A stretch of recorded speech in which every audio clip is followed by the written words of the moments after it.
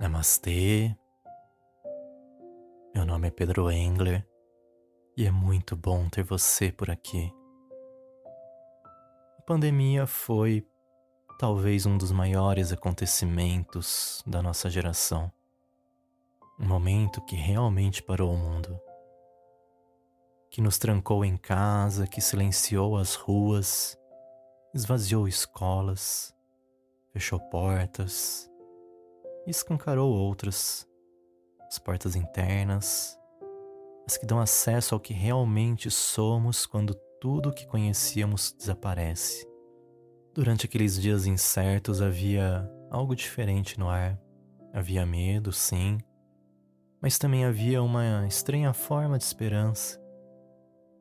Uma esperança de que quando tudo aquilo passasse, o mundo seria outro. Que sairíamos mais humanos, mais empáticos, mais compassivos. E por um tempo parecia mesmo que isso ia acontecer. Lembro de vizinhos se ajudando, pessoas se olhando nos olhos, mesmo que por trás das máscaras. Havia solidariedade, havia cuidado, havia compaixão. Como se o medo da morte tivesse relembrado a importância da vida. E não da nossa vida apenas, mas da vida do outro, da senhora do mercado, do motorista de ônibus, do enfermeiro, da caixa do supermercado, da pessoa em situação de rua, do entregador de bicicleta.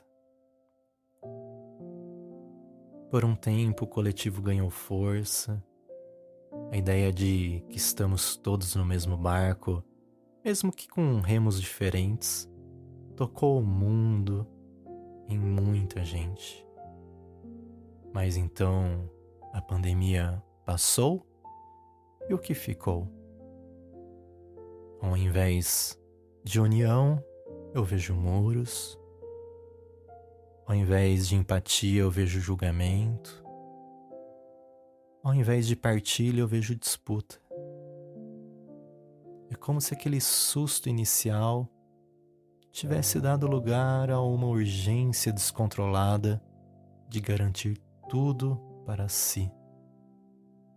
Um impulso de acumular, de conquistar, de garantir.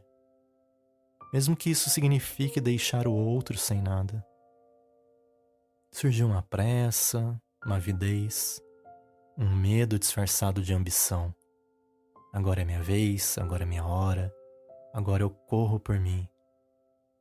E tudo isso até faz sentido dentro do trauma que vivemos. Mas e o outro? E a sociedade que a gente jurou querer transformar? E aquele mundo novo que todo mundo dizia desejar? O que eu vejo é que ficou estranho, muito estranho. As pessoas se olham com desconfiança, se protegem de forma exagerada, não apenas com máscaras, mas com o próprio coração.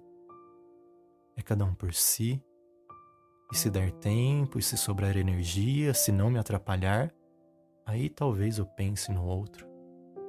É como se estivéssemos vivendo numa lógica de escassez emocional. Como se o amor fosse limitado, como se a compaixão tivesse estoque, como se ser gentil significasse perder a vantagem, como se cuidar do outro fosse uma ameaça. E o mais louco disso tudo é que as mesmas pessoas que negam afeto exigem acolhimento. As mesmas pessoas que julgam imploram por compreensão. As mesmas que viram o rosto gritam por atenção. Ficamos incoerentes. Queremos receber o que não temos coragem de dar. Queremos empatia, mas somos ríspidos. Queremos ser ouvidos, mas não ouvimos. Queremos respeito, mas tratamos o outro como se fosse descartável. tem algo errado. Isso não é sobre o mundo lá fora, é sobre o mundo aqui dentro. É sobre olhar para o espelho e se perguntar: eu tenho sido quem eu gostaria de encontrar? Eu tenho oferecido o que eu gostaria de receber? Porque é fácil reclamar do caos, é fácil apontar o dedo, mas difícil mesmo é assumir que, em algum momento, a gente também se endureceu. E eu falo isso com dor no peito, porque eu também me percebi mais impaciente, mais intolerante, mais imediatista. É como se o trauma coletivo tivesse deixado uma ferida, e ao invés de curar, a gente cobriu com pressa, com metas, com urgência de vencer. Mas o que é vencer quando você está sozinho? O que é conquistar quando a empatia fica para trás? O que é viver quando a vida virou só sobre ter? A gente esqueceu que vive em sociedade.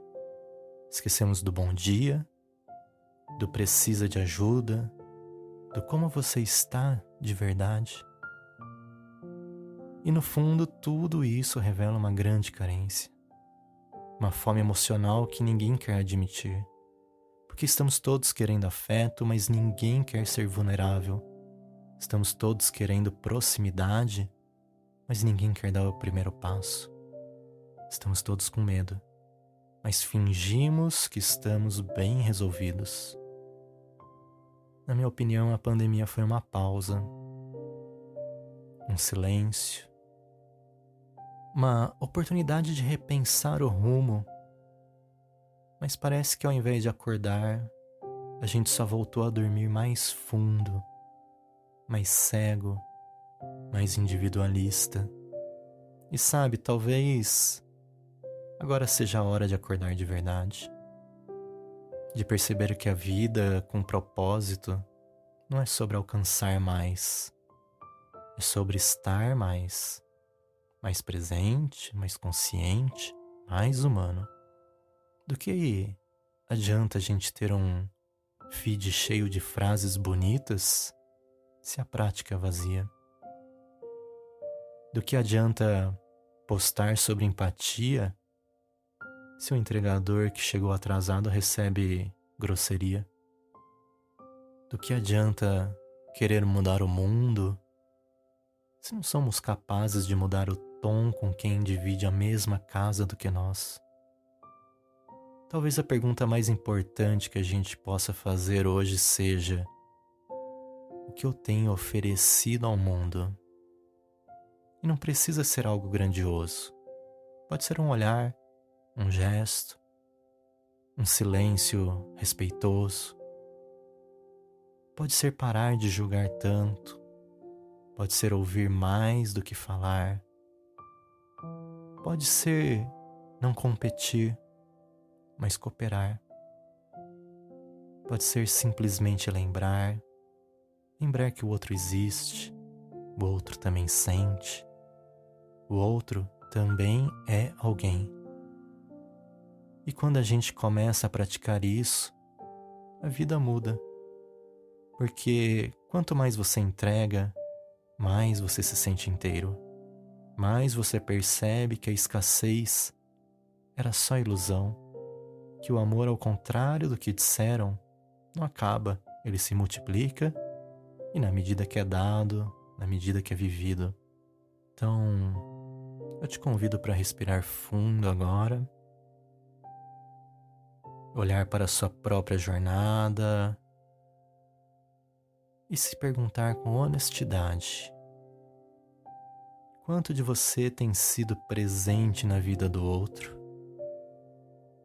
O quanto do outro você ainda é capaz de enxergar? O quanto de mundo ainda existe no seu coração?